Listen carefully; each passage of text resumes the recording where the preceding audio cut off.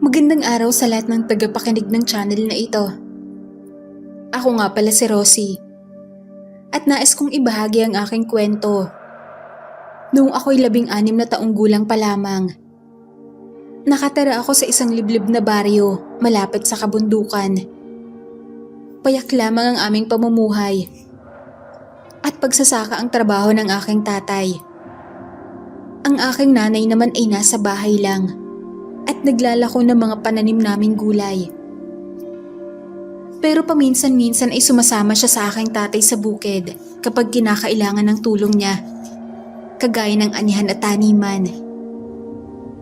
Bilang hindi na ako nag-aaral at madaling araw na umaalis ang aking tatay papuntang bukid, ay ako ang naaatasan ni nanay na magdala ng pagkain nito. Almusal at tanghalian. At kapag uuwi naman, ay magdadala ako ng ilang gulay.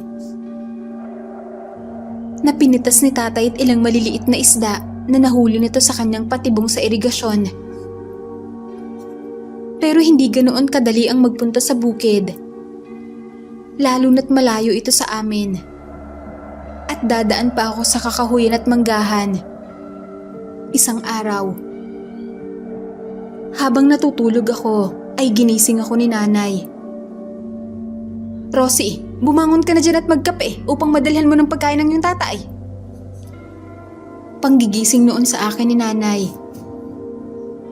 Nagmamadali naman akong bumangon noon nang makita ko ang sinag ng araw sa bintana. Hindi ko inakalang tinanghali na naman ako ng gising.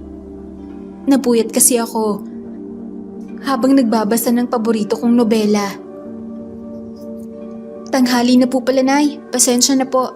Anong oras na po pala? Tanong ko. Mag-aalas 8 na ng umaga, kaya dalian mo na. Sagot naman ni nanay. Lagot? Baka gutom na si tatay. Bakit hindi niyo po ako ginising kaagad, Nay? Tanong ko. Nakita ko kasing ang sarap ng paghilik mo, kaya hindi na kita inistorbo. Alam ko kasing puyat ka sa pagbabasa kagabi. Nawawala na naman kasi ang isa sa mga libro ko. Sagot naman ni nanay. Paano po si tatay baka magalit? Malamang gutom na yun. Kaya dalian mo na ang kilos mo at magkape ka na. Dadagdagan ko na lang ang pagkain ng tatay mo upang doon ka na lang din mag-almusal. Wika ni nanay. Sige po, Nay, at aayusin ko muna po ang aking hinigaan. Tugon ko naman. Pagkatapos noon, ay iniligpit ko na ang aking higaan mula sa kulambo, kumot, hanggang sa unan at banig. Tapos ay lumabas na ako at nagtimpla ng kape. Siya nga pala, tanungin mo ang tatay mo mamaya kung may kabuti na sa gilid ng dayami ha. Naghahanap na kasi yung kakumari ko. Bibilhin daw niya kahit magkano. Wika ni nanay habang nagsasandok ng kanin at inilalagay sa dahon ng saging. Sige po, Nay, ipapaalam ko na lang po sa kanya at ako na lang po ang titingin nang hindi ko na siya maabala. Sagot ko naman habang humihigop ng mainit na kape. Pagkatapos kong magkape noon, ay dinala ko ng pagkain ni tatay na nakabalot sa dahon ng saging. Naglagay na rin ako doon ng pinggan at ilang pirasong saging na pinahinog namin sa bigasan upang maging panghimagas pagkatapos kumain. Nang maihanda ko na ang lahat sa loob ng bayong, ay lumakad na ako papaalis. Binilisan ko na lang ang aking lakad upang hindi ako mapagalitan ng tatay. Iyong kabuti ha, huwag mo kakalimutan. Maibebenta ko yun ng mahal ngayon dahil nagsisimula pa lang ang panahon nila. Pahabol na wika noon ni nanay. Opo, Nay, hindi ko po kakalimutan. Wika ko noon at tuluyan na akong umalis. Tinaha ko ang maputik na pilapil habang papunta sa aming bukirin. Tag-ulan kasi noon, kaya maputik talaga ang mga pilapil. Kailangan na rin magdoble ingat. Bukod sa maputik ito, ay may isa pa akong kailangang pag-ingatan. Yun ay ang daraanan kong kakahuyan. Masyado kasi itong masukal. Kaya naman konti lang ang mga naglalakas loob na dumaan dito. Isa pa ay marami dito mga makamandag na insekto at mga ahas. May mga hayop ding mababangis na naririto. Kaya palagi rin akong may dalang itak upang maging pangdepensa sa aking sarili. Nang malampasan ko na ang lahat ng yon, ay nakarating na ako sa aming bukid. Natanaw ko si tatay noon na pumuputol ng mahabang damo gamit ang kanyang karit. Ipapakain niya yun sa kanyang kalabaw upang hindi kaagad maubos ang kumpol niya ng dayami. Nang matanaw ko ang tatay, ay itinali niya ang lahat ng mga nakuha niyang damo at dinala muna niya noon sa kalabaw niyang nakatali sa puno ng mangga bago dumiretso sa aming kubo. Pagkatapos ay tinanong niya ako kung bakit tinanghali ako ng dating. Mag-aalas 9 na raw kasi at gutom na siya. Asensya na po tay, tinanghali po kasi ako nagising eh. Napakaputik pa po ng dinaanan kong pilapil, kaya natagalan po ng konti. Baka pag nagmadali po kasi ako ay matapon tong pagkain na dala ko eh. Tugon ko naman. Sinabi naman ni tatay na sa susunod ay agahan ko na raw upang hindi na maulit. Opo tay, hindi na po talaga ito maulit. Tugon ko naman. Pagkatapos noon ay nagsalo na kami sa dala kong pagkain. Nagtira na lang kami noon ng kakainin niyang pananghalian at may meriendahin ng hapon. Siya nga po pala tay, magpapaalam po pala ako na magtitingin ng kabote sa kumpol ng dayami. Nagpapakuha po kasi ang nanay eh. Ibebenta raw po niya. Wika ako noon pagkatapos kong umuya. Nginaya muna noon ni tatay ang pagkain nasa kanyang bibig bago sumagot. Sinabi niyang manguhan na lang daw ako kapag may nakita ako. Saka ako na lang din daw ang mamitas ng mga gulay na iuuwi ko. At ako na lang din daw ang magtingin ng kanyang bitag sa irigasyon. Marami daw kasi siyang gagawin ngayon, lalo na't malapit na ang anihan. Sige po tay, wala rin naman po akong gagawin sa bahay, kaya naman pwede ako magtagal dito kahit bago magtanghalian. Sagot ko naman. Pagkatapos namin kumain noon, ay pumunta na ako ng irigasyon upang hugasan ang aming pinagkainan.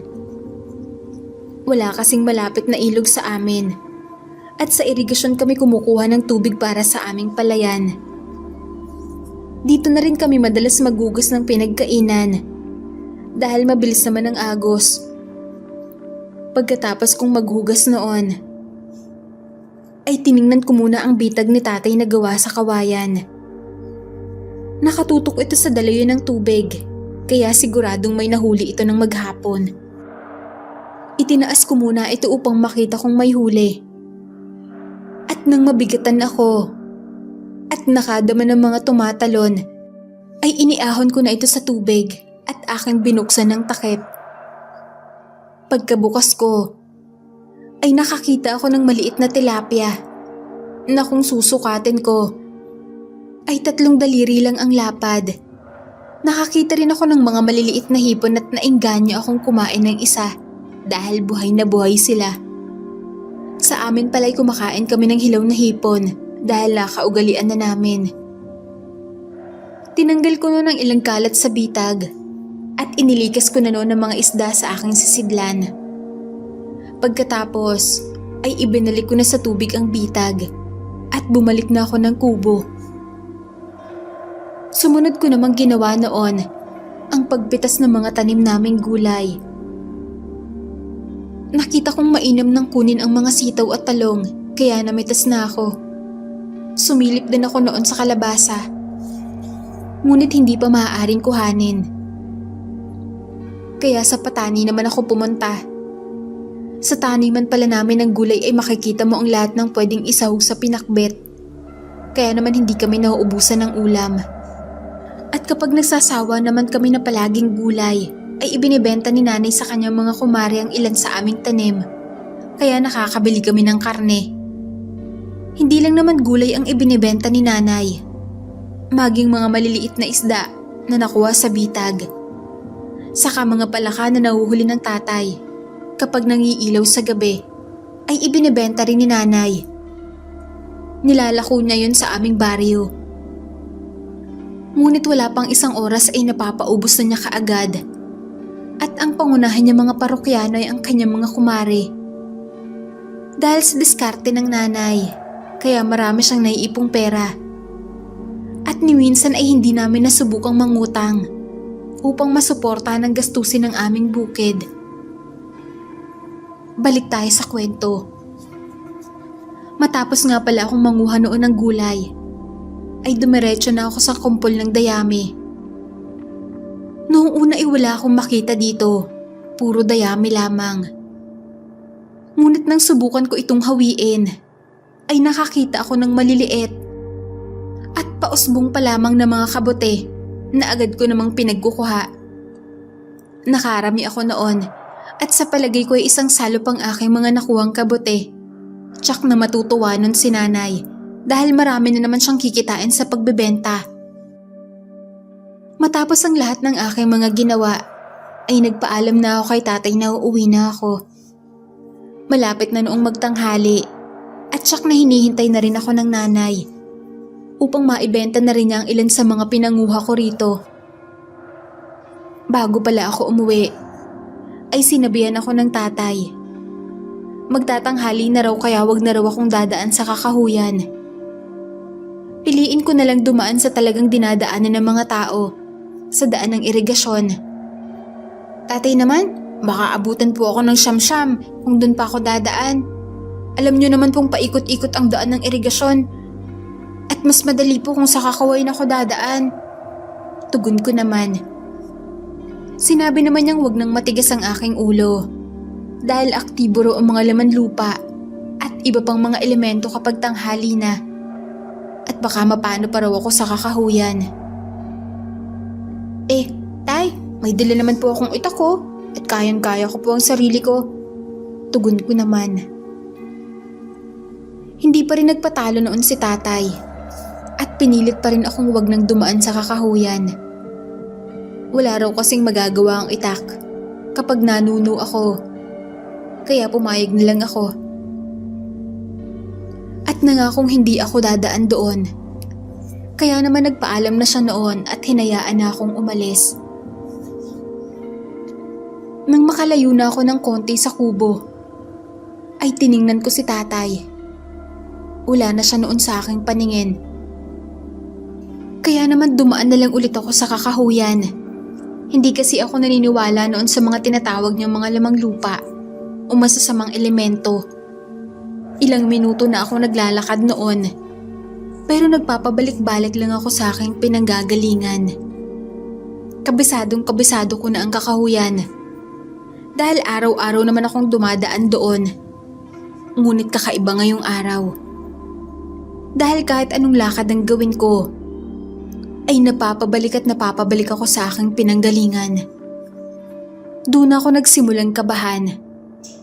Baka ito na kasi ang sinasabi ni tatay. Kaya ayaw niya akong padaanin dito. Muli ako noong naglakad at umaasang hindi na ako babalik sa aking pinanggalingan. Minarkahan ko na rin ng mga dinadaanan kong puno upang makasigurado.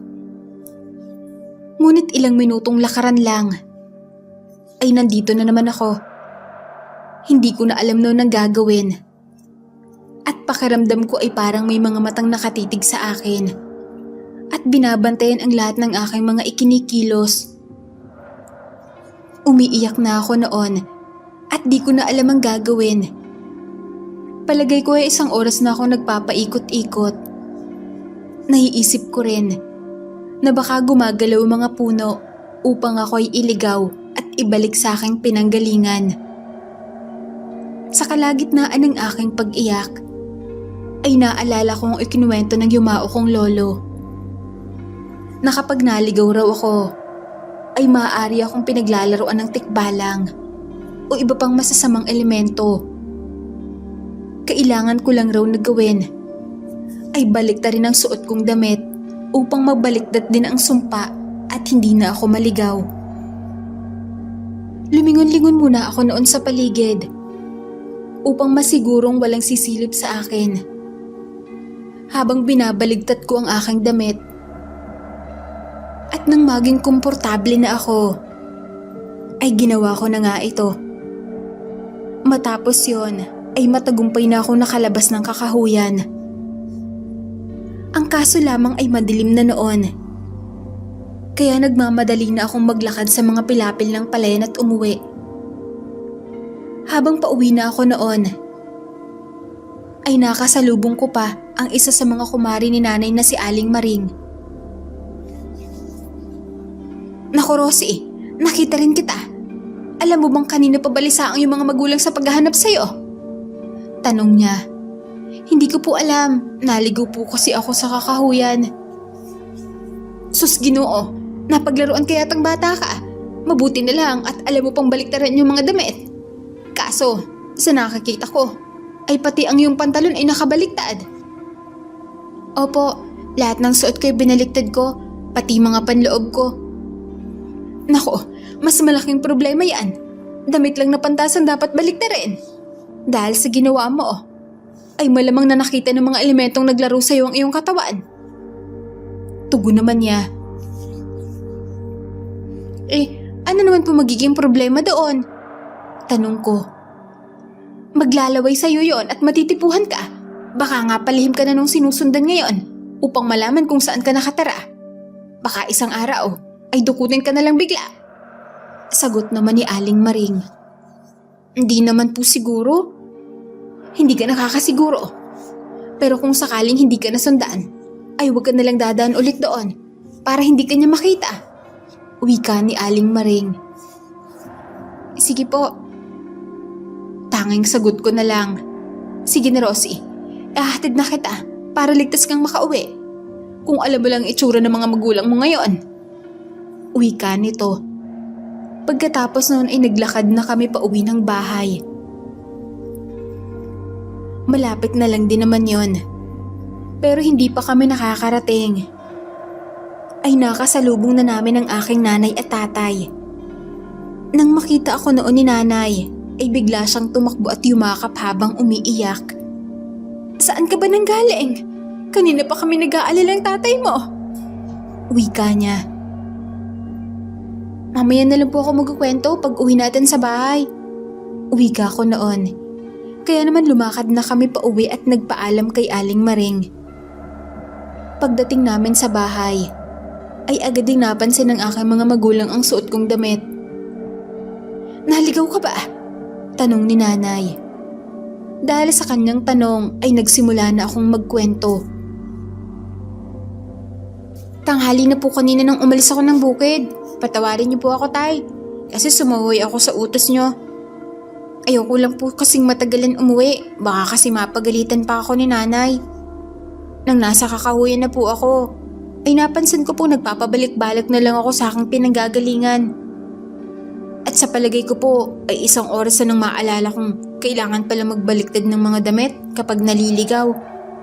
At doon na po ako nakalabas ng kakahuyan. Ang kaso ay madilim na nang makalabas po ako, pero para sa akin ay isang oras pa lang naman po ang lumilipas. Kwento ko noon. Sinabi naman ni tatay na sa kakahuyang yun din siya dumaan pa uwi. Pero hindi naman niya ako nakita. Siguro dahil nga naliligaw ako. Pagdating naman daw ni tatay, ay agad siyang tinanong ni nanay kung kasama niya ba ako dahil hindi pa raw ako umuuwi.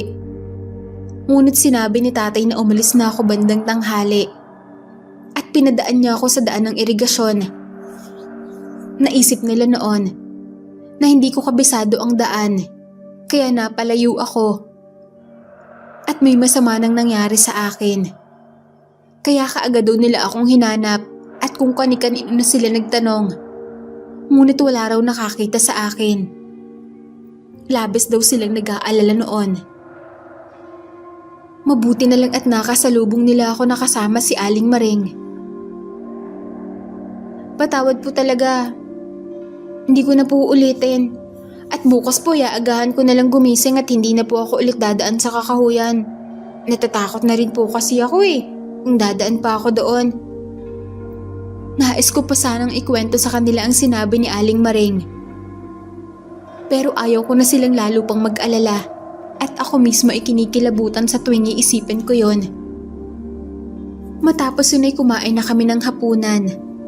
At agad naman akong pumasok sa aking silid at muling binasa ang paborito kong nobela.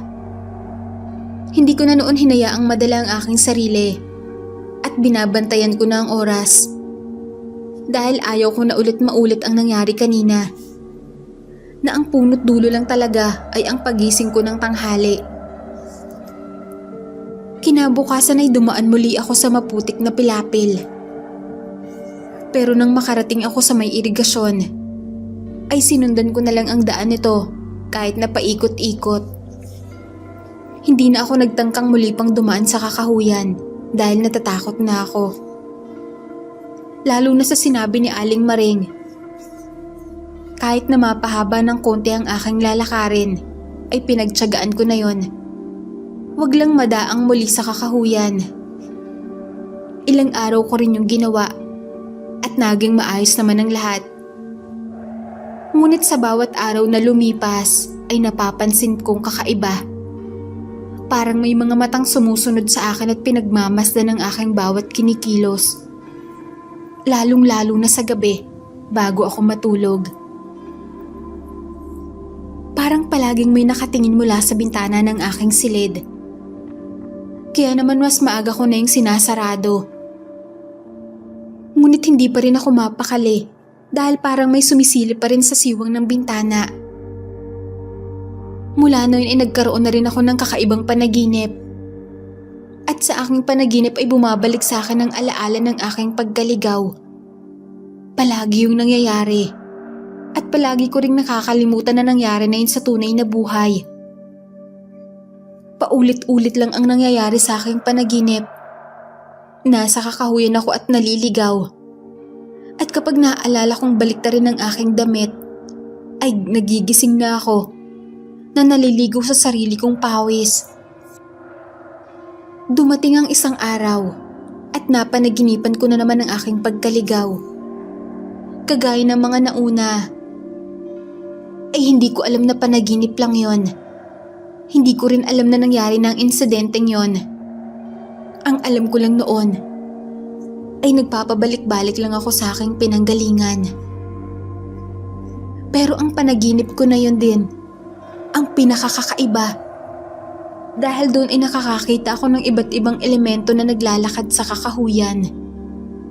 Tinitingnan lang nila ako ng masama noon. At hindi ko naman sila gaanong pansin. Hanggang sa makakita ko ng isang tikbalang at lumapit ito sa akin. Inalok niya ako noon na pakasalan siya, pero tinanggihan ko ang alok niya. Nagalit siya noon sa akin at sinabi niyang papatayin na lang niya ako. Kaya naman tumakbo ako noon. Pero alam naman nating mabibilis ang mga tikbalang dahil kalahati silang kabayo. At ilang segundo lang ang lumipas ay nahabol na niya ako. Kinuha niya noon ang itak at isinaksak sa akin. Nagising na lang ako noon ng pawisan at nalaman kong nananaginip na naman ako. Pero ngayon ay hindi na ako nagising sa aking silid, kundi sa loob ng isang hawlang gawa sa kahoy. Nakakulong ako doon at hindi ko alam kung bakit. Madilim na noon ang paligid. Ngunit may isang bagay na nakapukaw sa aking atensyon. Palapit na ito sa akin. At habang papalapit ito, ay nakikita kong lumilinaw ang itsura nito. Isa itong matangkat na nilalang. At parang isang tao. Pero kalaunan ay nakita ko ang ulo nito na parang sa kabayo. Ito rin ang tikbalang na nakita ko sa aking panaginip. At habang papalapit siya sa aking hawla ay napapaatras ako.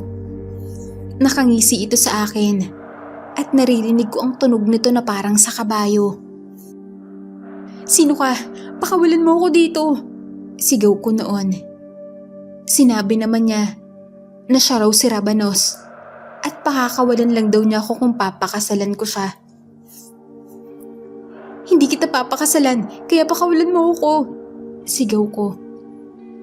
Sinabi niyang hindi niya ako papakawalan kung hindi ko siya papakasalan. "Ano ba? Hindi mo naman ako kauri, hindi ako isang anggitay. Tingnan mo ang mga paa ko, hindi paan ng kabayo. Sigaw ko. Ang anggitay ay babaeng kabaliktaran ng tikbalang. Ang itaas na bahagi nito ay sa tao at ang ibaba naman ay sa kabayo. Madalas pagkamala ng mga tikbalang na anggitay ang mga babaeng tao. Sinabi ng tikbalang na pareho lang daw yun at magdesisyon na daw ako kung gusto ko bang mabuhay. Noon ay hindi ko na siya kinausap. Pinabayaan ko na lang siya at naghintay na lang ng tulong. Pinilit ko na lang na matulog noon sa lupa. May mga dahon naman ng puno doon na parang banig. At siguro ay sinadya rin niyang ilagay. Pero kahit na ganoon, ay hindi pa rin ako makatulog at nanginginig na ako sa lamig. Iniisip ko pa noon na panaginip lang din yon. Sinubukan kong kurutin ang aking sarili upang ako'y magising pero walang nangyari. Malamang nga ito na sinasabi sa akin ni Aling Maring na nasundan ako at naglaro sa akin.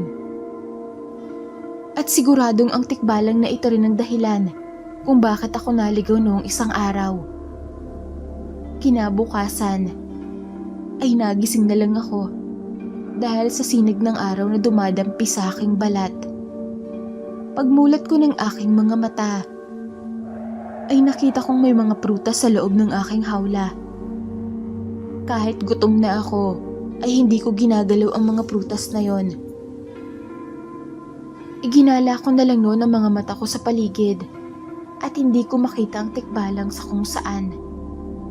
Pagkatapos ay pinagmasdan ko ang hawlang pinagkulungan sa akin. Gawa ito sa matitibay na kahoy at may maliit itong pinto.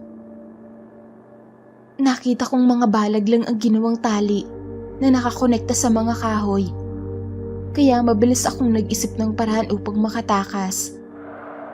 Una kong naisip ay maghanap ng bato sa malapit. Ngunit kakahuyan ito at wala kang makikitang bato. Tiningnan ko naman ang suot kong damit upang makahanap ng anumang maaaring gamitin. At nakita kong gawa sa bakal ng botones. Kaya agad ko yung ginamit upang ikiskis sa mga balag na siyang nagsisilbing lubid na nakatali sa pintuan ng hawla. Malambot lamang ito, kaya madali kong nasira ang balag. Nang mabuksan ko ang pinto, ay nagmadali na akong umalis. Kaso hindi ko alam kung saan pupunta, dahil hindi pamilyar sa akin ang kakahuyang ito. Palingon-lingon ako sa aking likuran, habang hinahanap ang daan palabas, upang hindi ako makita ng tikbalang. Mabilis at maingat din ang aking mga galaw. Dahil sa pagkakataon na makita ako nito, ay hindi ko siya matatakasan. Dahil kasing bilis ito ng kabayo kong tumakbo. Ilang minuto pa ang lumipas, nang matanaw ko na ang palabas ng kakahuyan. Tumakbo na ako noon, ngunit nakarinig ako ng huni ng kabayo. Tumingin ako sa aking likuran, at nakita ko ang tikbalang na mabilis na tumatakbo papalapit sa akin. Pinilisan ko pa ang aking takbo. Ngunit kahit gaano kabilis ang gawin ko, ay naaabutan pa rin ako nito. Binalik ako ni Rabanos sa aking hawla. Lalo pa niya noong hinigpitan ng mga tali. Tinatanong niya rin ako kung paano ko nasira ang mga balag, ngunit nagsinungaling ako. At sinabing ginamit ko ang aking mga ipin. Hindi siya naniwala sa akin. At naghanap ng kung ano-ano sa aking bulsa. Pero hindi niya napansin ang botones ng aking damit na gawa sa metal. Nakahinga ako ng maluwag noon. Dahil kahit anong oras ay maaari akong muling tumakas kapag nalingat siya. Mula nang makatakas ako, ay hindi na ako iniwan ni Rabanos. Patuloy siyang nagbantay sa hawla. At ilang araw na rin siyang hindi kumakain dahil doon. Dahil sa gutom ay napilitan din akong kainin ng mga prutas na nasa hawla. Wala rin akong mapagpipilian noon. Pero habang kumakain, ay nakaisip na naman ako ng magandang ideya.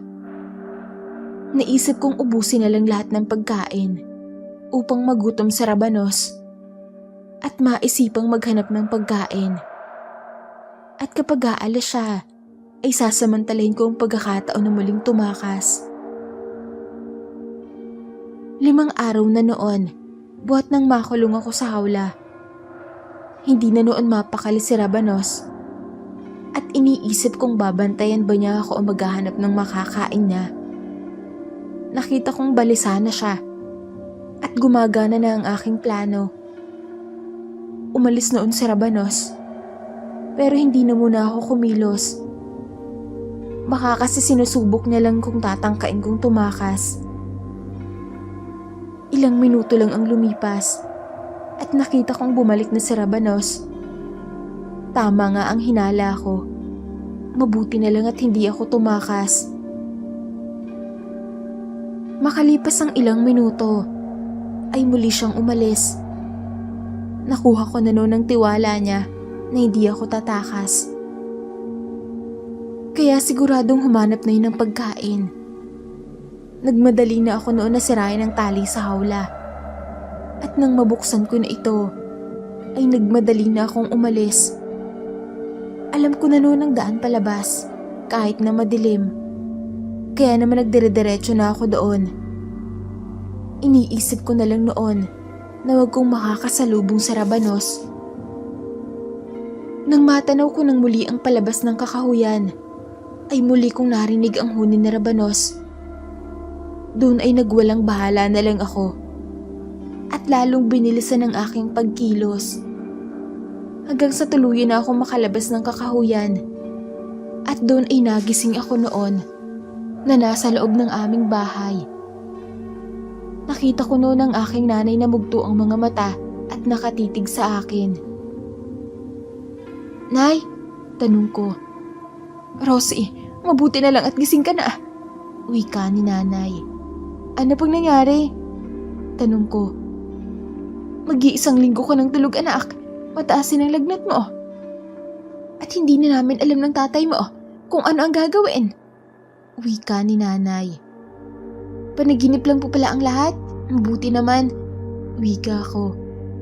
"Walang mabuti, anak. Lalo na't ang haba ng tulog mo. Ano nga palang sinasabi mong panaginip?"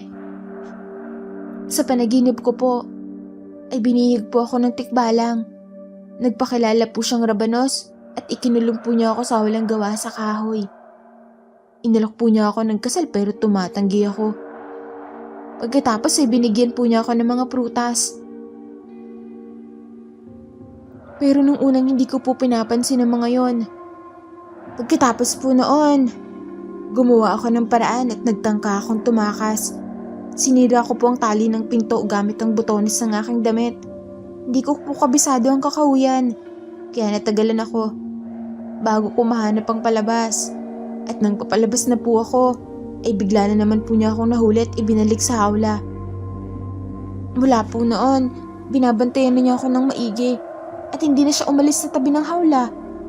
Kaya ang ginawa ko pa ay inubos ko lahat ng prutas upang mapilitan siyang umalis at maghanap ng pagkain. Noong una ay sinubok po niya ako. Umalis lang siya ng bahagya at bumalik din kaagad upang malaman kung tatakas ba ako. At nang sumunod po siyang umalis ay kumilos na ako at ginawa ang aking plano. Natupad naman po ang aking plano at muling tumakas. Muli pa niya akong hinabol noon pero hindi na niya ako naabutan. At nang nakalabas na po ako ng kakahuyan ay saka ko naman nalamang panaginip lang ang lahat. Salaysay ko. Habang nagkukwento ako, ay sakto rin namang dumating si tatay at narinig niya ang lahat. Sinabi niyang natipuhan daw ako ng tikbalang at ang aking diwa ang nakuha niya. Mabuti na lang daw at nakatakas pa ako. Dahil kung hindi, ay habang buhay na lang daw akong tulog at ang aking diwa ay naroon pa rin sa lugar ng tikbalang. Ngunit dahil kinain ko raw ang mga prutas, sa aking panaginip ay maaari daw na maulit pa ang lahat ng iyon. Kaya naman umalis kami kaagad noon at pumunta ng albularyo. Nang makarating kami sa lugar ng albularyo, ay agad niyang sinabi, na may sumusunod daw sa akin. Ngunit wala naman kaming sinasabi na kahit na ano sa kanya. Pagkatapos nun ay tinawas niya ako. Sinabi niyang napaibig ko raw ang isang tikbalang at nahumaling sa akin ito. Noong una ay napaglaruan lang daw ako nito at napagkakatuwaan. Ngunit nang makita daw nito ang aking katawan ay nahumaling ito at gusto na kaagad akong gawing asawa. Ang galing niyo naman po. Wala naman po akong sinasabi sa inyo ngunit alam niyo na ang lahat. Mangha kong wika. Sinabi naman niya na yun daw kasi ang lumabas sa kanyang pagtatawas. Sinabi din niyang tungkol sa aking panaginip at maaari pa raw yung maulit hanggang sinusundan ako ng tikbalang. Ano po bang dapat naming gawin upang hindi na kami sundan ng tikbalang? Tanong ko noon. Pagkatapos ay kumuha ang albularyo ng iba't ibang dahon at ipinalo sa aking katawan. Wala naman akong nararamdamang sakit noon, kahit ilang hampas pa ang kanyang gawin. Pagkatapos ay umusal siya ng mga dasal na hindi ko maintindihan. At nang matapos siya, ay ibinuhos sa akin ang tubig na ginamit niyang pantawas. Pagkatapos nun, ay inutusan niya ang kanyang anak na kumuha ng pamalit na damit at inutusan akong magpalit sa kabilang banyo. Nang makapagpalit ako noon, ay sinabi niyang hindi na raw ako gagambalain pa ng tikbalang. Wala na raw kasi ang pagkakaakit nito sa akin at kanina pa raw siya umalis. Totoo po ba yung sinasabi niyo? Kung ganoon ay hindi na dapat akong mangamba para sa aking kaligtasan, wika ko noon. Sinabi naman ng albularyo na matatahimik na raw ang aking buhay at makakakilos na ulit ako ng komportable dahil wala na magbabantay ng aking mga kilos.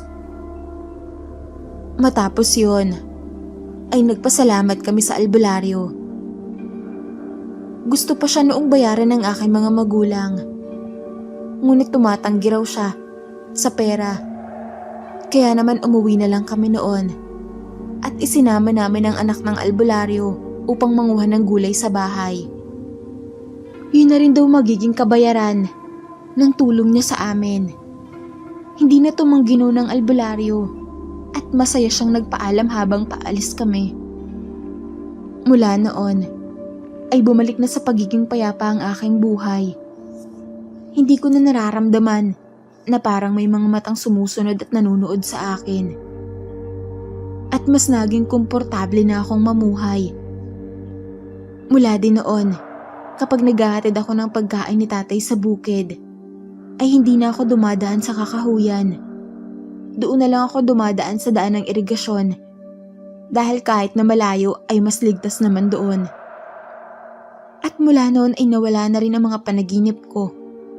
At hindi na talaga ako ginulo ni Rabanos. Lahat ng ito ay hindi mangyayari kung hindi ako tinulungan ng albularyo. Kaya naman tatanawin ko itong utang na loob hanggang sa ako ay pumanaw. Magandang araw sa mga tagapakinig ng channel na ito. Tawagin niyo na lang ako sa pangalang Ana. Ang ibabahagi kong kwento ay tungkol sa aking karanasan noong ako'y 21 taon pa lamang. Nagmula ako sa lungsod ng Maynila. Mayamang negosyante ang aking ama. Ngunit sa kasamaang palad ay nagkasakit siya at namatay. Ang aking ina, tawagin na lang natin sa pangalang Bebang. Napilitan siyang umuwi sa pulo ng Buglas, ngayon ay Negros, upang doon na manirahan. Araw yun ng ika-6 ng Desyembre, 1973.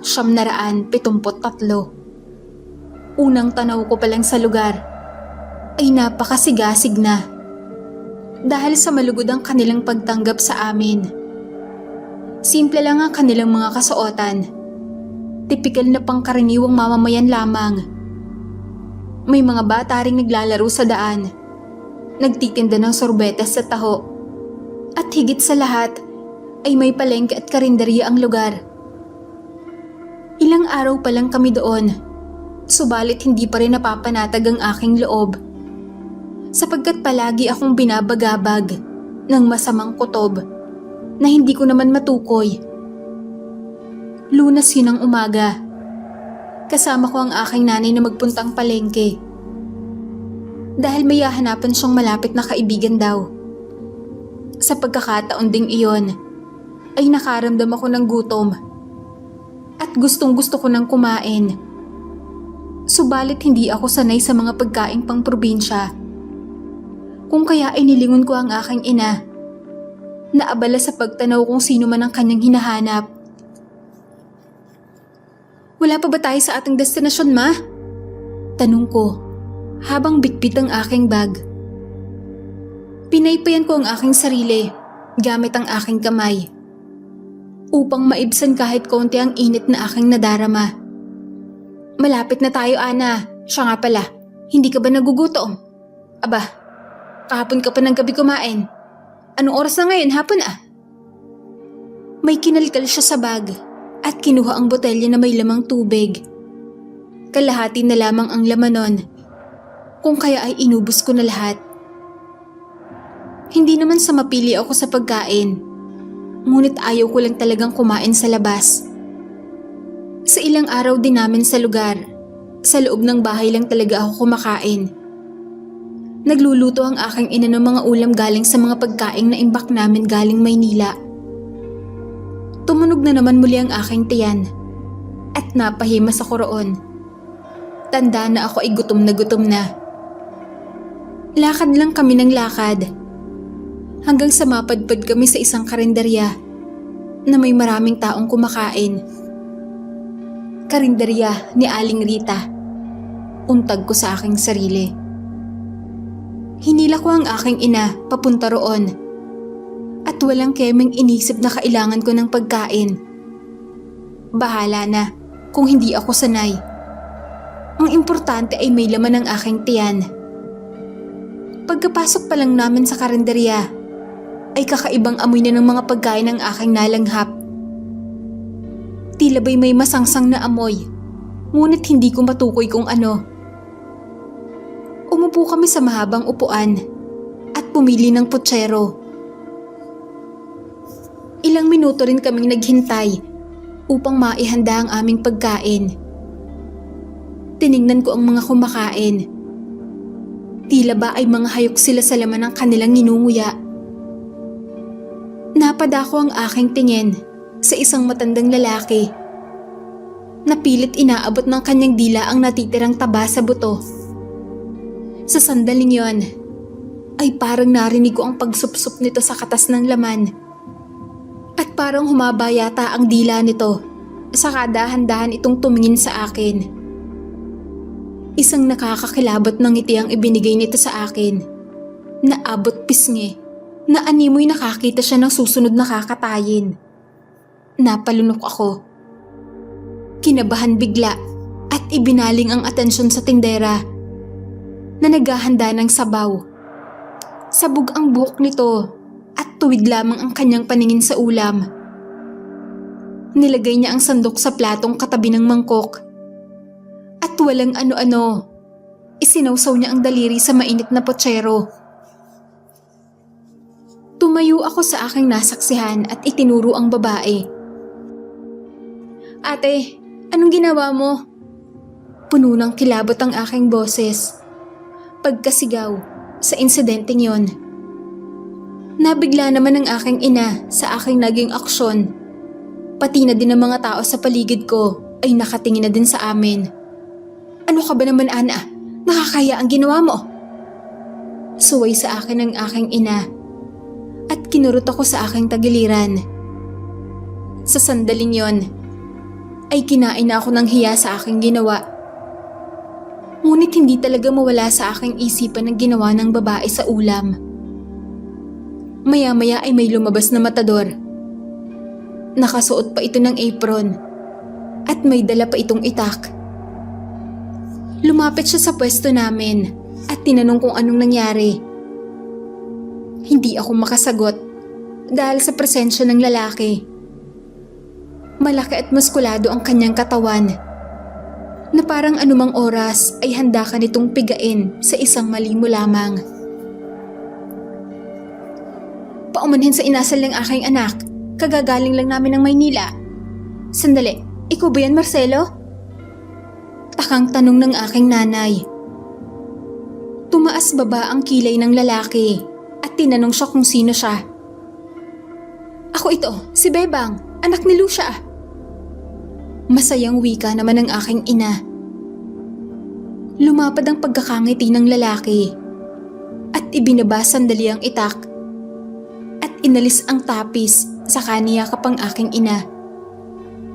Ano ang koneksyon nito sa aking nanay?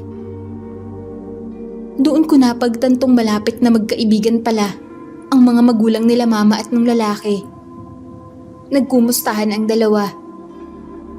Simula pagkabata ay sabay na silang lumaki. At sa edad na 13 ay kailangang lumuwas pa ng Maynila ang aking ina dahil sa doon na maghahanap ng trabaho.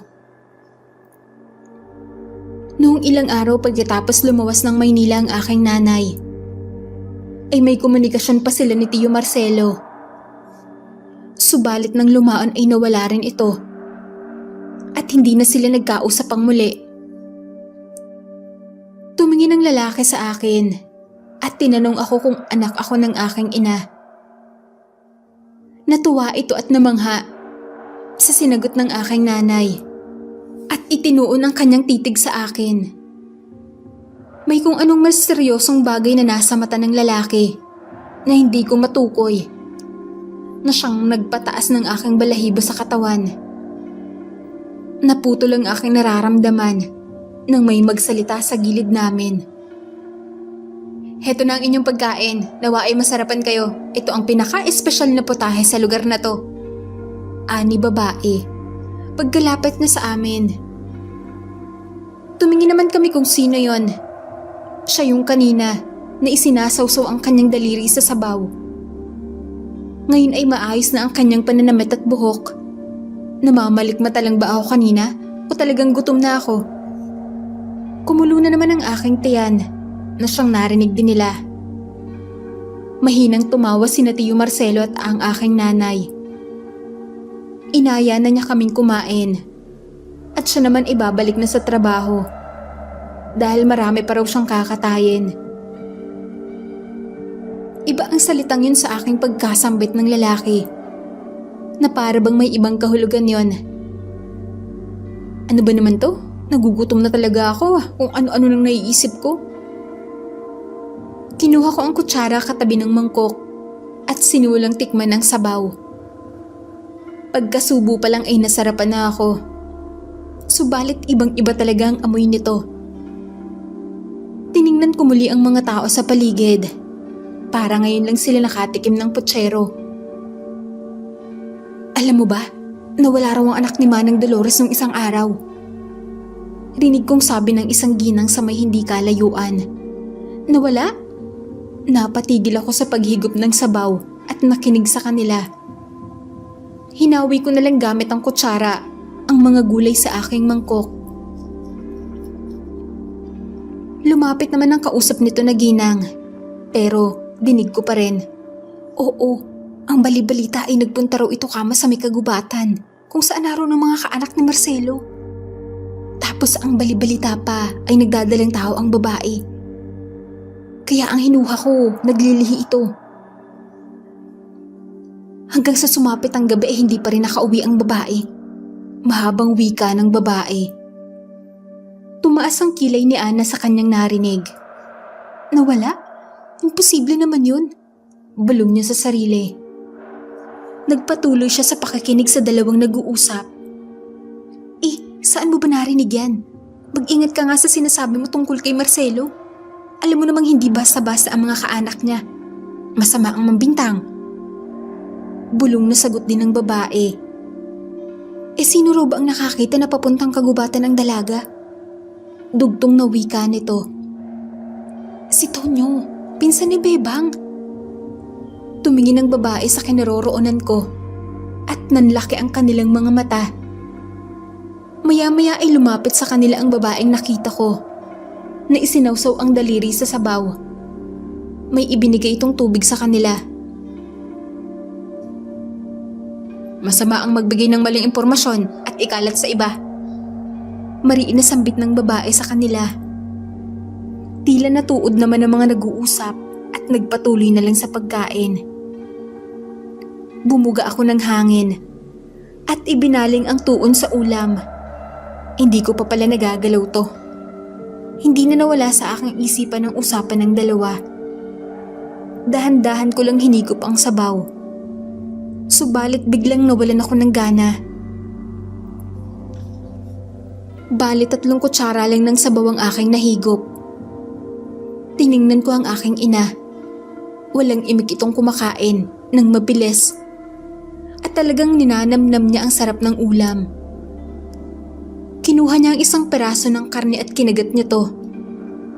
May namumula pang parte.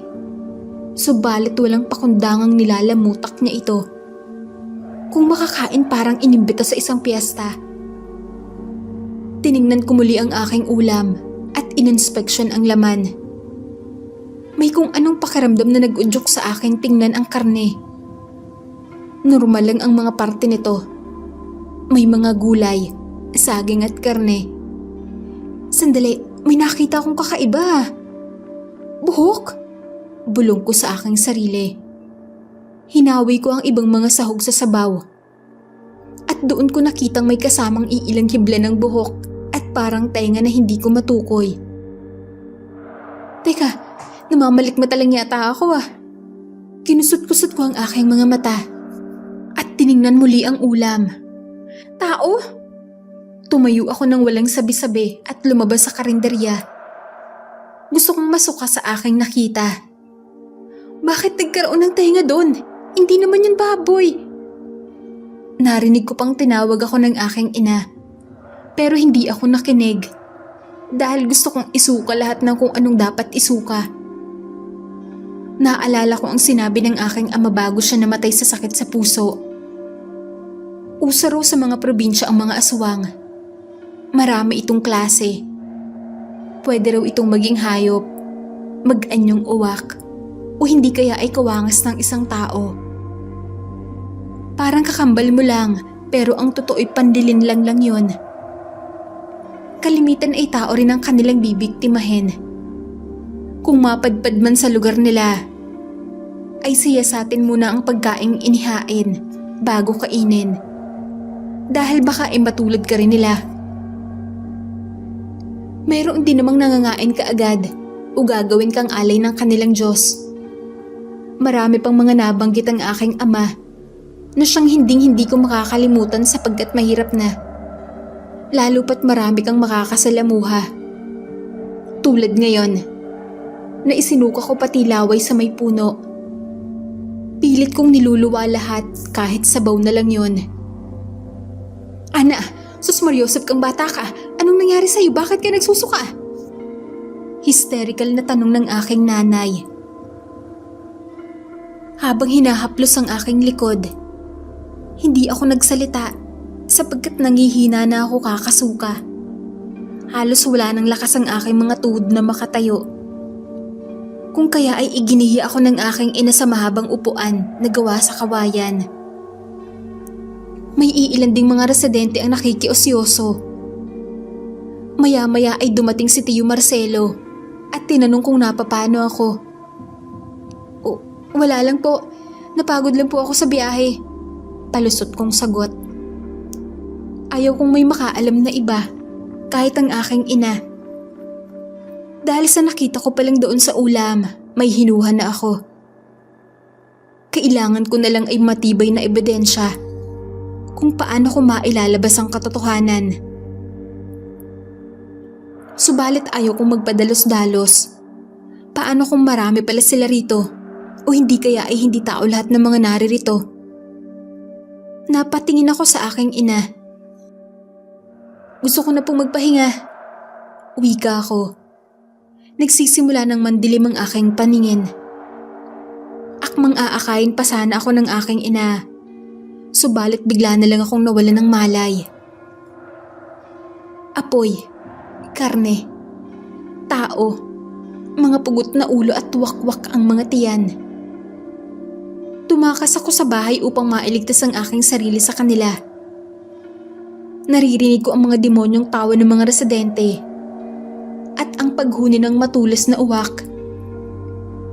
Nang hindi ko na matiis, ay tumakbo na akong mabilis papalayo sa kanila.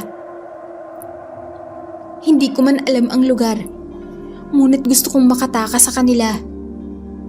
Napadpad ako sa kagubatan.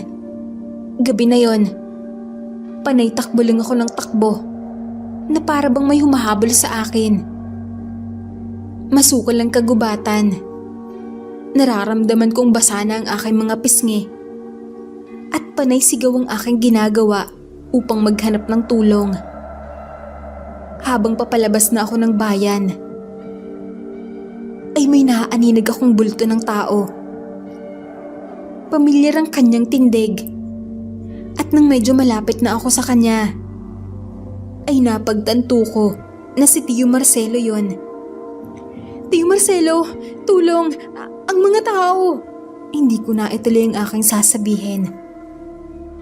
Nang dahil sa may hawak-hawak ito,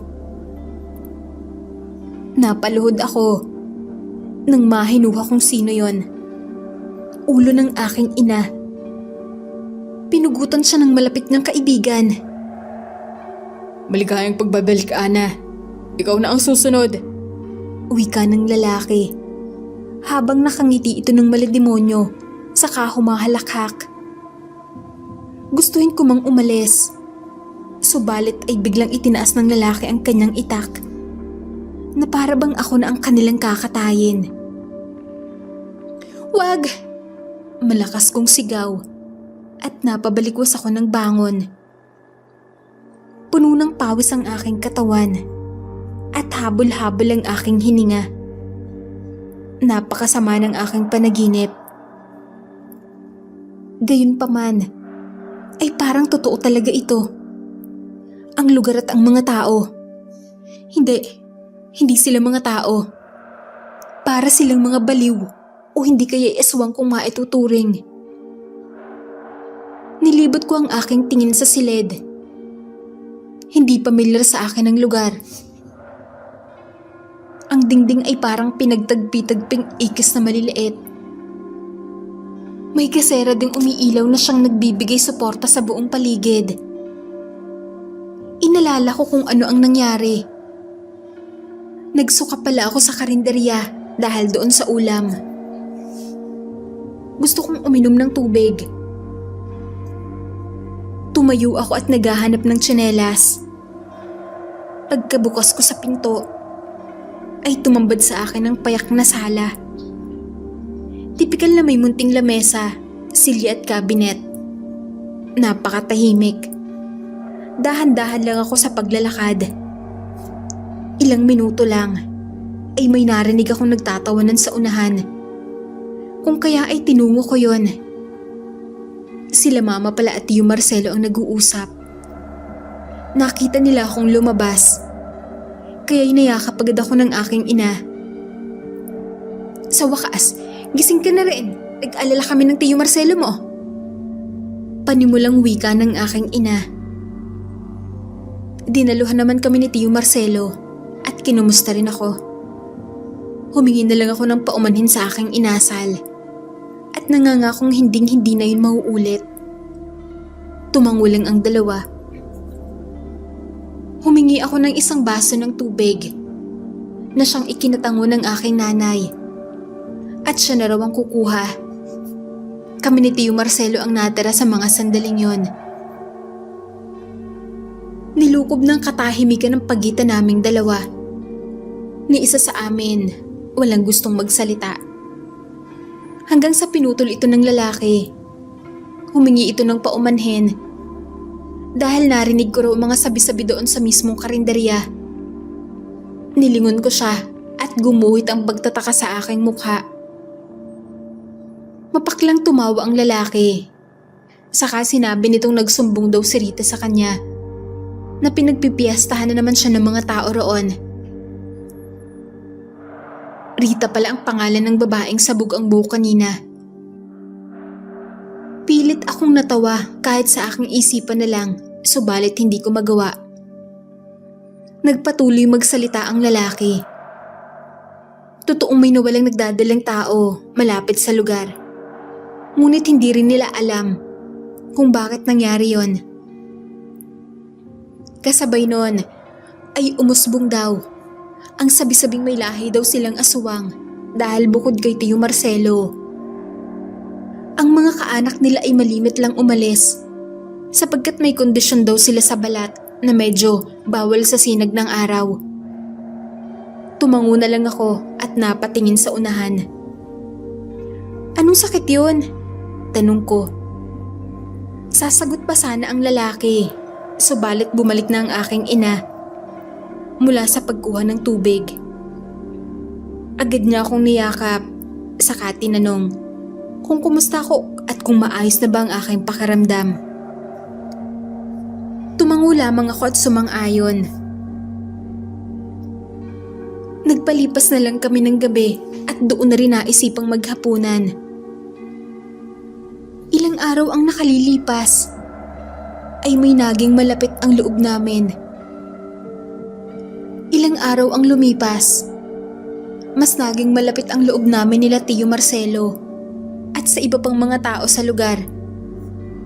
Hindi ko lubos maisip na sobrang napakapayapa ng lugar at payak lang ang pamumuhay. Doon ko din nakilala si Bina, isa sa mga taga-silbi ng karinderya. Dahil sa malapit sila ina at Tio Marcelo, ay dinadayo na namin palagi ang karinderya. Palaging ibinibida ni Bina sa akin ang mga luto nila. Dahil bukod sa mura lang ang mga ito, hindi talaga nawawala ng tao sa lugar. Palagi itong puno at kung minsan ay pinipilahan pa. Maganang loob ko sa dalaga. Parang naging ate ko na rin to. Isa sa mga ibinida niya ay ang lugaw na may kasamang utak ng baboy. Yun ang pinakamasarap para sa akin at pinakamura. Makikita mo talagang malapot ang lugaw. At kapag sinamahan mo ito ng toyo, ay mas lalong titingkad ang sarap ng potahe. Ano nga kasi ang nilagay niyo rito para mas lalong sumarap? Kulit kong tanong kay Bina habang kinakain ng lugaw. Walang humpay ang tawa ng kaharap ko. Aba, dahan-dahan lang naman sa kinakain mo, Ana. Hindi ka naman mauubusan eh. Wika niya. Siyempre, yung mga pangkaraniwang sangkap na niluluto natin. Dagdag niya. Natawa ko sa sinabi niya. Hindi ko matukoy kung alat ba ang nagbibigay sarap sa ulam. Kasi ibang-iba talaga ang lasa nito. Pansin ko rin na wala silang bawang. Subalit maanghang din naman ang ibang ulam. May mga toyo sila, ngunit walang suka o bawang. Simula pagdating ko rin dito, ay wala pa akong nakikitang asin. Kailangan ko pa bang mag-isip ng kung ano-ano? Baka nakatago lang. Yan ang pangungumbinsi ko sa aking sarili. Hindi ko pa natatapos ang kumain nang biglang gusto kong kumuha ng kalamansi. Kung walang suka, alternatibo naman ang asim ng kalamansi. Nagpaalam ako sa kaibigan ko na may pupuntahan lang ako. May nakita kong puno ng kalamansi malapit sa karinderya. Tinungo ko yon at kumuha ng 3 peraso. Bumalik naman ako kaagad at saktong nawala si Bina. Nasaan na kaya ang babaeng yun? Tanong ko sa aking sarili. Umupo muli ako sa upuan at sumubo ng 2 kutsarang lugaw, saka ibinaba ito. Binalatan ko ang kalamansi at nalanghap ko ang asim pagkabukas pa lang. Naglalaway na ako kahit hindi pa ito nailalagay. Pagkalagay ko sa kalamansi ay hinalo-halo ko ito sa lugaw. Ilang segundo lang ay biglang kumulo ang lugaw. Ha? Anong nangyayari? Mahina akong bulong habang hinahalo pa rin ang lugaw. Walang ano-ano. Ay wala nang katapusang kumulo ang lugaw. Saka nagbago ang anyo nito. Mula sa masarap na lugaw ay may utak ng baboy. Naging malapot na dugo ito na may kasamang 2 tenga at isang bola, katulad ng mata ng tao. Napatayo ako bigla at nag-umpisa ng kabahan sa aking nakita. Pinagpawisan na agad ako at tumakbo pa palabas nang hindi nagpapaalam kay Bina at hindi rin naubos ang lugaw. Umiiyak na ako sa sobrang takot dahil sa nakita. Kailangan kong makausap ang aking ina sapagkat hindi tama ang aking nakita. Buo ang aking desisyong makaalis sa lugar. Maliban na lang kung hindi papayag ang aking ina na baka nagsisinungaling ako. Halos magtatakip silim na yon at naririnig ko nang humuhuni ang mga uwak. Hindi ko ito mahinuha sa aking hinala. Halos hindi ko mahinuha na ang aking hinala noon ay totoo. Sa totoo lang, simula noong tinulungan ako ni Tio Marcelo, ay nawala ang aking duda. Gayunpaman, matagal nilang nakuha ang aking tiwala sapagkat bago pa lang kami rito. Ngunit hindi nagtagal ay binigyan ko rin sila ng pagkakataon. Subalit doon pala ako nagkamali. Sana ay nasa bahay ang aking ina. Bulong ko sa aking sarili habang tumatakbo ng mabilis upang makaabot agad sa bahay. Naaninag ko sa hindi kalayo ng aking ina na katatapos lang kausapin si Tio Marcelo at ito'y naglalakad na papalayo. Pagkarating ko ay sinalubong ako ng nagtatakang mukha ni ina. "Oh, napano ka? At pinagpapawisan ka yata? Para bang may humahabol sa'yo?" Paninirmon niya sa akin. Hindi ako nagsalita. Bagkus ay hinila ko siya papasok ng bahay. Saka kinandado ito. Sinara ko ang mga bintana at umupo sa silya. "Ma, tubig!" Nahuutal kong utos. At binigyan naman ako nito ng tubig. Nag-aalala ang kanyang tingin sa akin. Ilang segundo lang ay bumalik ito. Dala-dala ang baso na may 5 tubig. "Sus Mariosip kang bata ka. Ano ang nangyari?" Ulit niyang tanong. Kahit hapong-hapo ay pinilit kong magsalita. Aswang sila, ma." Nanlaki ang mga mata ng aking ina. At sinaway ako sa aking tinuran. Doon ko sinilaysay. Simula pa noong una kaming dumayo sa karinderya. Kung paano isinawsaw ni Rita ang kanyang daliri. Hanggang sa paano ko nadiskubre ang lugaw na may utak ng baboy. Ay siya palang karumal-dumal at putol-putol na mga laman ng tao. Pinilit ko na siyang umalis na lang sa lugar na to dahil baka kami na ang susunod na kakainin nila. Halos hindi naman makapaniwala ang aking ina sa kanyang narinig. "Inibita tayo ng Tio Marcelo mo mamaya alas 8 ng gabi sa karinderya." Wika niya. Nabigla na namang nagpakaba sa akin. Nanlaki ang aking mga mata at blanko ang aking isip. "Ma, wala na akong masabi dahil sa kilabot. Baka katapusan na namin mamaya." Hindi ako nawala ng pag-asa. Dinala ko ang aking paa sa kwarto ko upang halungkitin ang aking kabalyas. Saka nakita ang mga pananggalang laban sa aswang. May mga asin, bendita at 2 buntot ng pagi akong dinala. Hindi ko inakalang magagamit ko na sa wakas ang mga to dahil lang sa aking nasaksihan kanina. Hindi ko rin alam na ang kwentong sinabi sa akin ng aking ama ay totoo pala. At heto ako ngayon, naghahanda na. May narinig akong katok sa aking pintuan kaya binuksan ko ito. Nakita ko si ina na may dalang isang supot ng kalamansi. Kagaya ng utos ko sa kanya at inilagay ko ito sa mga garapon. Hindi ko alam kung isang baryo ba ang lupo ng mga aswang o doon lang sa karinderya may ganoon. Kailangan kong malaman kung sila rin ba ang may sala sa pagkawala ng babaeng buntis. Alam kong hindi naniniwala ang aking ina. Dahil dito siya ipinanganak at lumaki. Pinaliwanag ko naman sa kanyang naiintindihan ko, subalit noon pa yon. Maraming tao ang umalis o di kaya ay galing ng ibang lugar para dito na manirahan. Malapit na mag-alas 8.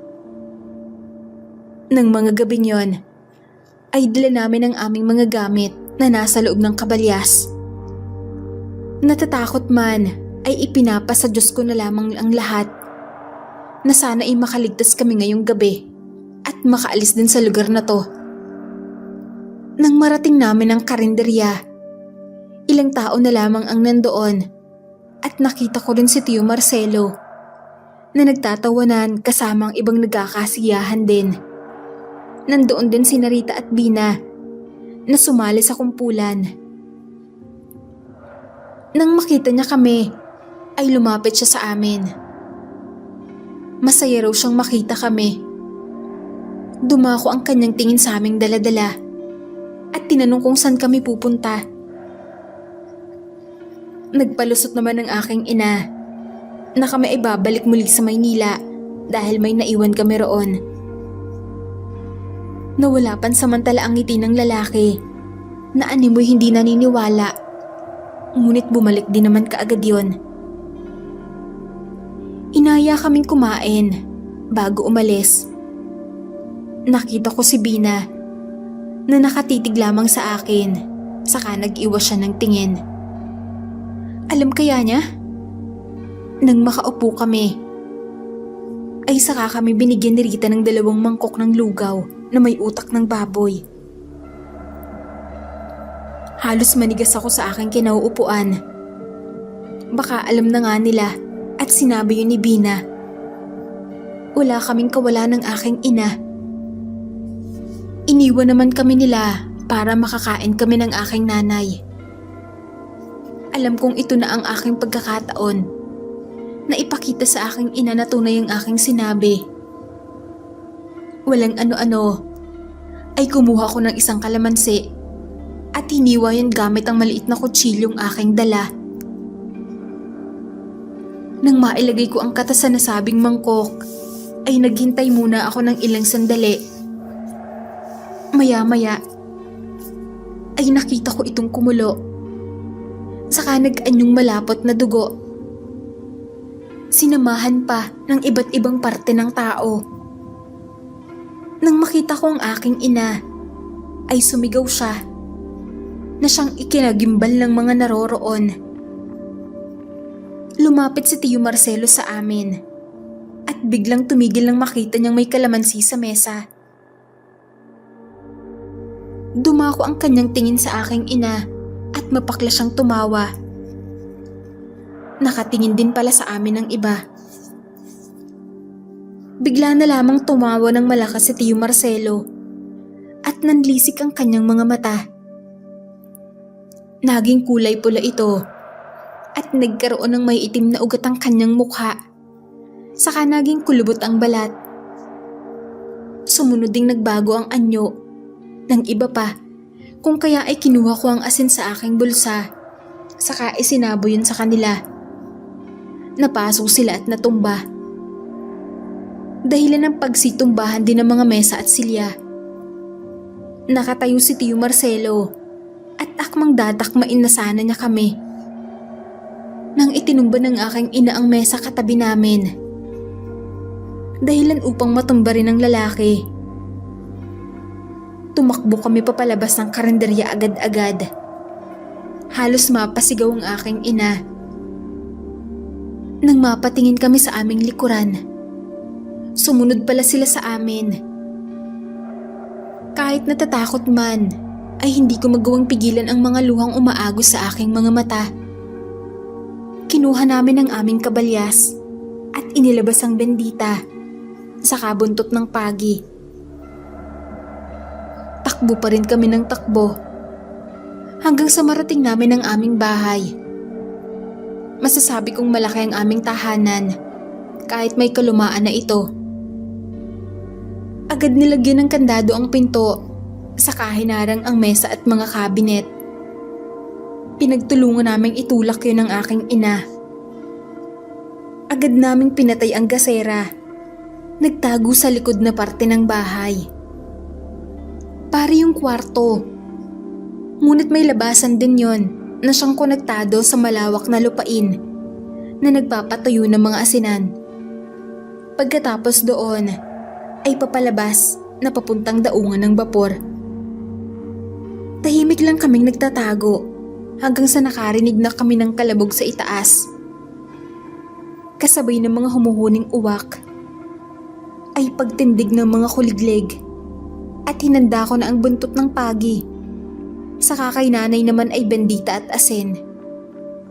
Binuksan namin ang pinto sa likuran at dahan-dahang naglakad papuntang asinan. Sa hindi kalayuan ay nakita ko ang isang napakapangit na nilalang. Babae ito, subalit kulubot ang kanyang balat. Akin itong inaninag sapagkat bilog ang buwan. Napagtanto kong si Rita pala yun. Agad kaming sinugod at sinabuyan ito ng aking ina ng asin. Dahilan upang lumikha ito ng ingay. Agad kaming tumakbo at doon naman nakita si Bina. Sinenyasan kami nitong magtungo sa asinan kung saan siya nakatayo. Napagtanto kong hindi aswang ang kaibigan. Dahilan upang yakapin ko ito. Pinaliwanag niya sa akin, aswang ang kanyang pinagsisilbihan dahil sa may utang ito sa kanila. Hindi makaalis ang dalaga dahil hawak nila ang buhay nito. Bilang ganti ay ang pagtatrabaho nila sa karinderya. Ang mga pagkaing inihahanda na ulam ay mga putol-putol na mga karne ng tao. Kung makakain man ng isang tao ng ganoon, ay hindi nila malalaman na tao yon, sapagkat gumamit ang aswang ng mahinang pambulag o panlilinlang. Kaya walang asin, suka o di kaya ay kalamansi sa lugar. May sili man, ngunit hindi naman marami. Hindi ka magiging aswang kapag parte ng tao ang nakain. Nasa ibang proseso ang pagiging aswang, aniya. Paano? Nakita namin kanina ni Ina. Maraming aswang sa karinderya. Paano? Tanong ko sa aking kaibigan. Tuwing 11:00 ng gabi, ay may sikretong lugar daw ang mga katulad ni Rita. At may ginagawa silang ritual doon. Di umano, ay para daw itong uwak, tumunog, at may kung anong lalabas sa kanyang bibig na laway na siyang ibinibigay sa mga nadakip o natitipuhan niya. Ganoon na lang siya kadelikado. Nagtangka silang isumbong ito. Ngunit nagbibingi-bingihan lang ang mga otoridad dahil sa katang-isip lamang daw iyon. Hanggang sa namatay ang nasabing balita na walang naniwala ni isa. May mga nawawala, ngunit hindi talaga nila mabigyan ng ebidensya. Kung si Rita man ang salarin, kung kaya ay baka dinukot o ano ang sanhi ng pagkawala ng mga tao roon. Sinabi niya ring si Rita ang pinuno ng mga aswang. Humingi siya ng tawad sa amin dahil hindi niya sinabi kaagad. Umiyak ang aking ina sa narinig. Si Marcelo, kasapi rin ba siya sa kanila? Tanong niya kay Bina. Tumango na lang ang dalaga bilang pagsang-ayon. Dahilan upang humagulhol palalo ang aking ina. Hindi naman daw aswang si Tio Marcelo dati. Ani Bina. May dayo kasing babae sa lugar. Ilang taon nang nakakalipas at doon na namukod. Hindi naglaon. Ay naging malapit siya sa mga kababayan at gumawa ng karinderya. Naghahanap ng mga trabahante ang babae. At isa roon ang lalaki. Hindi niya alam kung ano ang sumunod na pangyayari pagkatapos doon. Umamin din ang dalaga na sila Rita ang punot dulo rin kung bakit nawala ang nagdadalang taong babae. Hindi na naituloy ang kanilang pag-uusap dahil may narinig silang kaluskos. Pagkalingon nila ay naroon si Tio Marcelo na nagaanyong tao.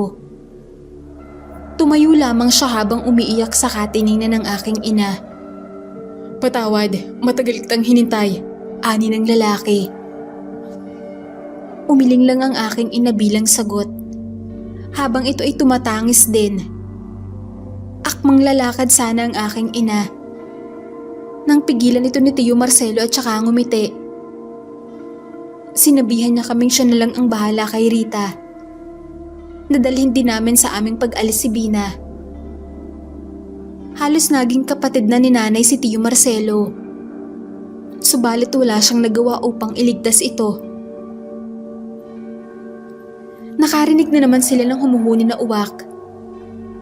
Kung kaya ay pinapadali na kami nito sa pag-alis. Ang uwak ay naging si Rita. Lumapad ito sa amin na magawang harangan ito ni Tio Marcelo. At sila mismong dalawa ang naglalaban. Nasa itaas silang dalawa. Kita ang kanilang mga kilos sa pamamagitan ng sinag ng buwan. Kinalmot ni Rita ang lalaki sa likod, dahilan upang ito ay umungol. Bilang ganti, ay kinagat naman ng lalaki ang leeg ni Rita. Sumigaw ng pagkalakas-lakas ang babae. At doon ako natauhan. Kanina pa pala ako niyuyugyug ng aking ina. Sumisenyas na kami aalis na. Dahil ihahatid kami sa daungan. Tumingin muli ako sa ere, subalit nawala na lang sila bigla. Tumakbo kami papunta roon na may kasamang takot. Ngunit ang importante ay dapat makalabas sa lugar na yon. Mabuti at may biyahe pa papuntang Maynila sa mga oras na yon. Hindi namin alintana ang mga tingin ng mga tao roon at sumakay kami sa barko pagkatapos naming magbayad. Nagyakapan na lang kami ni Bina dahil nakaligtas kami. Subalit ang aking ina ay lumuluha habang tinitingnan ang lugar pagkaalis ng barko. Alam kong si Tio Marcelo ang dahilan ng kanyang pagtangis, kung kaya ay niyakap ko na rin ito. Hanggang ngayon ay tandang-tanda ko pa ang mga nangyari. Kahit 63 gulang na ako, totoo ang aswang. Kahit sa probinsya ay naroon sila.